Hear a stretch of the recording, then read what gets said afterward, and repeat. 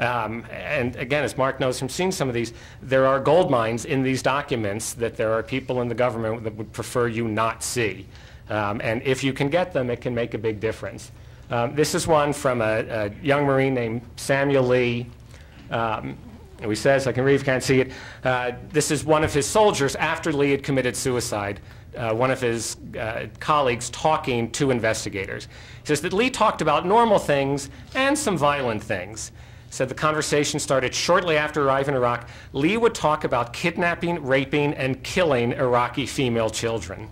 And that on about 3 occasions, he would put his loaded weapon to his face, seeing how far he could pull the trigger before the weapon would go off. And that about 3 months ago, now these investigations are done very quickly after, at least the interviews. So this is about 3 months before he kills himself. He would laughingly tell, and they blocked out the name of the soldier, the Marine, how he would put his weapon on burst, put it in his mouth, and see how far he could pull the trigger without it going off. And I want you to imagine what it would be like to put a loaded weapon in your mouth and what you might do if you saw someone else do that. This was a kid who was falling apart.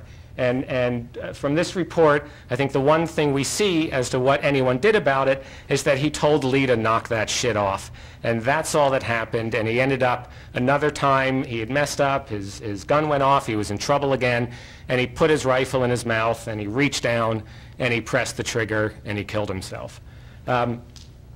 Had we given up the first or the 10th time, we wouldn't know stories like this. And stories like this made a big difference in sort of, getting people to take notice and getting Congress to take notice. And Congress changed the law after these stories. And that, is kind of feels like a job well done. All right, the adjunct faculty and me can't resist the, PowerPoint rundown of tips. So I'm going to give you some rundown of tips. The first is that an FOI culture, you see, I knew if I did something like this, people would take pads out. Building a pro-FOI culture starts in your head, and it starts with absolutely understanding that the public's business is the public's business. That the government information held by the government is your information. Government employees are your employees. They work for you. Everything they do on behalf of you and on behalf of your fellow taxpayers. And they do it with pencils and computers and calculators and cars owned by you and paid for by you. It's yours. Don't feel squeamish about asking for it. You do this and you will find pretty quickly that there are a lot of public officials that aren't quite on board with that and kind of have the undemocratic idea that in the organizational chart in a democracy, they're at the top, their cronies are in the middle and you're somewhere down here. That's not how it works. In an organizational chart of a representative democracy, you're at the top, you're the owners, go for it. Asking for information from the government is like asking the valet for your car keys. They're yours. They're just holding them because you're off doing something else, right? You ask the cleaning lady, where's the mop? She has to tell you where the mop is. It's yours. And the same with information. All right. Second, be confident. I want you, to go into an FOI. It doesn't have to be a fight, just a request, making an assumption. And, assumptions can be bad in journalism. You can make a lot of mistakes if you assume things. I want you to assume that the information you're seeking is out there and that you will get it. And you pump yourself up for it because this can be a marathon.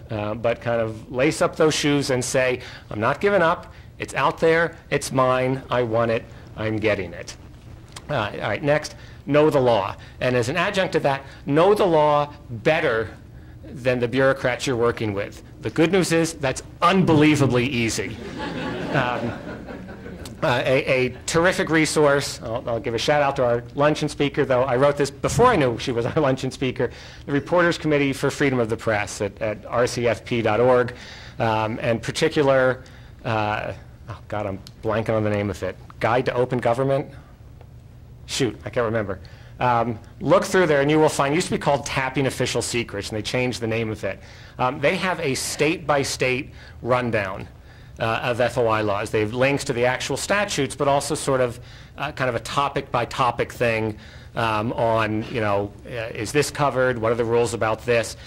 Go through that, familiarize yourself with it. If you don't read it word for word, that's okay, because you can kind of, do an FOI fight on the fly. When you're looking for something and you get turned down, well, quickly run. And when you write the response, I mean, that 5-page letter, I didn't know any of that stuff 2 days before I wrote the letter, but, you quickly learn about it, and then you act like you're authoritative, and they think, oh, well, I guess the guy knows what he's talking about. And all you have to do, again, is know it better than they do, right? It's the old joke about, right, there's some, cheetah, and he's attacking 2 guys, and the guy's, going to start running, and he says, well, what are you doing? You can't outrun a cheetah. And he says, I don't have to outrun the cheetah, I just have to outrun you. And it's the same sort of thing, you can bluff your way past a bureaucrat pretty easily on FOI stuff, right? But when you look through that, I'd advise you, think about the things that are most often going to come up, and get familiar with those, but not only from the law, but if you have an FOI commission in your jurisdiction, see what decisions they've come out with.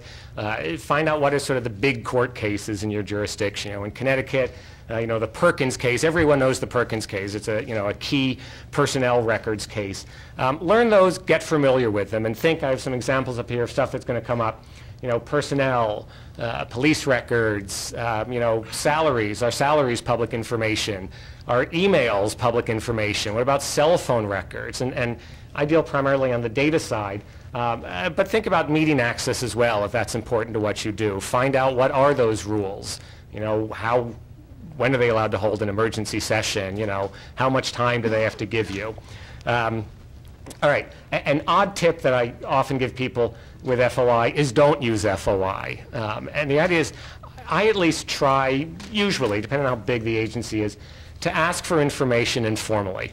There is something about an FOI request that gets government officials in sort of lawyer mode. It should just be simply following a process, makes it easier for both of us. It's seen as sort of an adversary event, as an accusation. And so, if you can, don't go to the city attorney or the PR person. Go to the person with the data and say, hey, can I come in maybe later this week and take a look through X, Y, Z? Now, it won't always work, but sometimes it will. And sometimes they'll say, oh, you have to file, a formal request. And if they do, at least they're requesting it. At least it doesn't seem like, an attack on their ethics. All right. But if you do have to use FOI, yeah. Okay, all right. 3 minutes. Learn how to do it, and Reporters Committee can help you with this. Learn what the rules are in crafting an FOI. Learn what you have to put in the letter. Learn that you can't, for instance, ask a question or ask, for general information. You typically have to look just for documents. Sometimes be willing to negotiate. Like an example I talked about, sometimes you want to settle for less.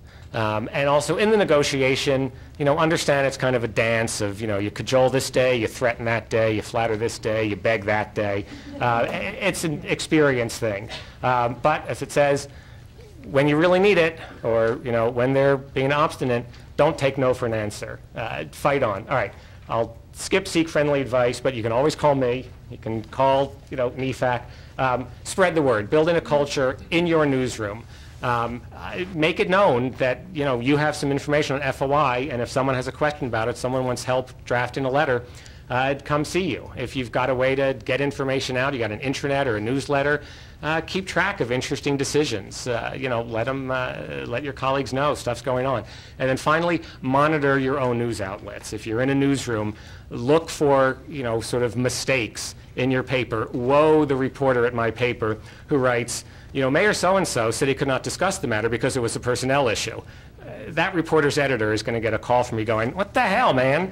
There's nothing that says personnel matters are confidential. So look through, see times that something's not been requested, that you can say, hey, you know what, have we asked for those documents? Or a time when a reporter has fallen into the false sense that something is not public, when it is, and it kind of helps spread that culture through your newsroom. I found it's worked at the Current. I think it'll work for you as well. All right.